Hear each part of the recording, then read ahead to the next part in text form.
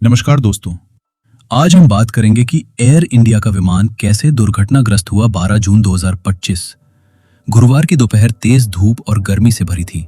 अहमदाबाद के सरदार वल्लभ भाई पटेल अंतर्राष्ट्रीय हवाई अड्डे पर सैकड़ों यात्री अपनी अपनी यात्रा की तैयारी कर रहे थे।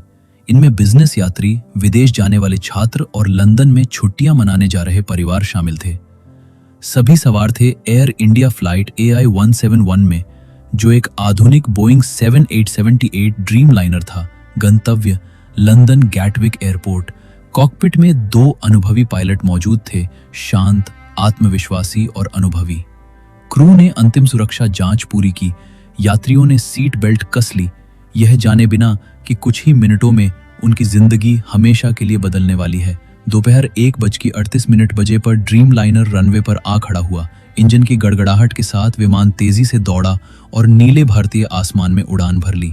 टर्मिनल की खिड़कियों से परिवारों ने हाथ हिलाकर विदाई दी।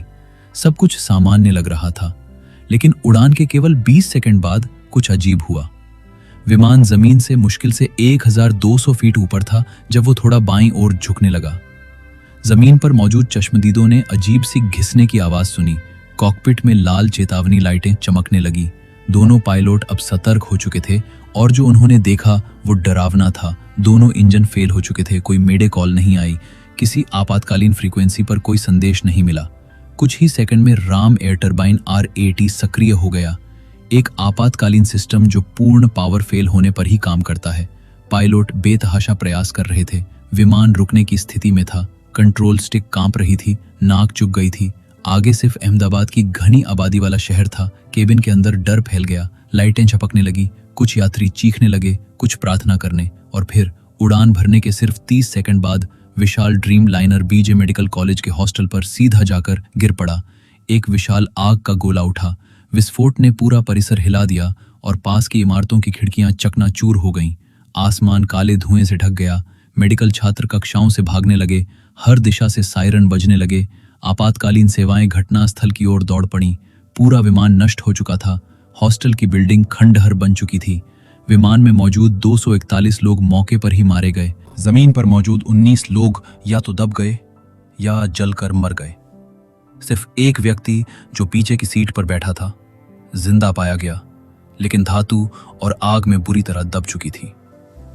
घटनास्थल के आसपास देश भर में सन्नाटा और शोक छा गया।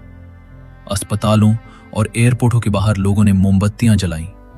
न्यूज चैनलों पर मलबे के दृश्य लगातार चल रहे थे।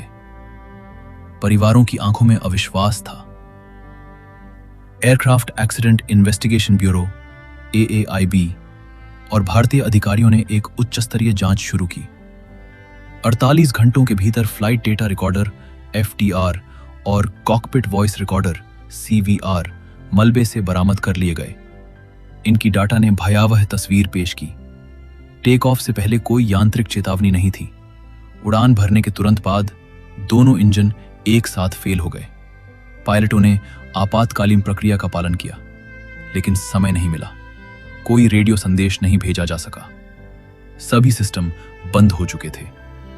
रैट के सक्रिय होने से पुष्टि हुई कि पावर और इंजन दोनों पूरी तरह बंद हो चुके थे। जांचकर्ताओं ने 3 मुख्य कारणों की जांच की। ईंधन प्रदूषण। क्या जेट फ्यूल दूषित था? क्या उसी ने दोनों इंजन बंद कर दिए? Mechanical electrical failure. क्या कोई मुख्य प्रणाली फेल हो गई? साजिश, सैबोटाज। क्या यह जानबूझकर किया गया था? क्या किसी ने सिस्टम या ईंधन के साथ छेड़छाड़ की? अंतरराष्ट्रीय एजेंसियां जैसे अमेरिका की NTSB भी जांच में शामिल हुई। बोइंग ने अपने इंजीनियर भेजे, लेकिन भारत ने संयुक्त राष्ट्र के जांचकर्ता को प्रवेश देने से मना कर दिया, जिससे पारदर्शिता पर सवाल उठने लगे।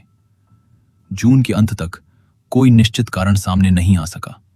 28 जून तक सभी 260 पीड़ितों की पहचान DNA प्रोफाइलिंग से की जा चुकी थी। मरने वालों में शामिल थे एक 9 साल का बच्चा जो अपने माता पिता के साथ यात्रा कर रहा था, एक वृद्ध जोड़ा जो अपने पोते पोतियों से मिलने जा रहा था, 16 मेडिकल छात्र जो एक्सचेंज प्रोग्राम में थे, 8 कैबिन क्रू जिनमें एक महिला शामिल थी जो मातृत्व अवकाश से वापस लौटी थी। पूरा देश आंखों में आंसू लिए शोक मना रहा था। सोशल मीडिया पर ब्लैक प्रोफाइल फोटो लगाए गए। टाटा ग्रुप, जो एयर इंडिया का मालिक है, ने 500 करोड़ रुपए की राहत राशि और पीड़ित परिवारों को पूर्ण सहयोग देने की घोषणा की।